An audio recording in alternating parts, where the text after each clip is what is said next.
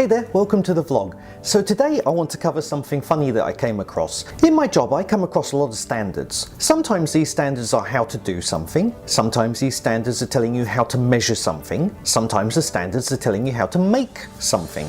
And this is where this particular standard comes in. Now, there are two versions of this standard. They're actually identical, but they're known by two different things. The first standard is British Standard 6008 1980. This standard tells you how to make a standard cup of tea. There is also an ISO version, so International Standards Organization, there's an ISO version called 3103 1980. They're technically the same document, they have pretty much the same text inside.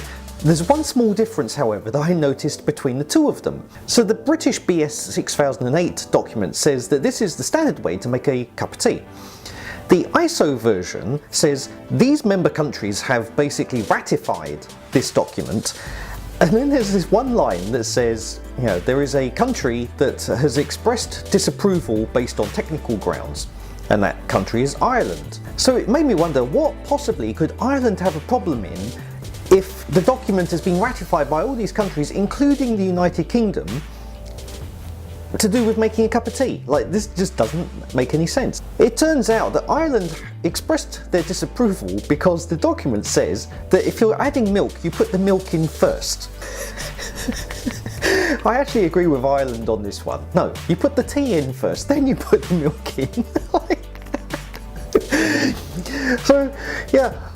So this was a bit of an odd one to come across. I'd never seen this before, but I came across it today. Over the years I've dealt with many silly standards, and one of the big jokes, especially when you're dealing with computers, is that, you know, standards are a wonderful thing because there are so many to choose from.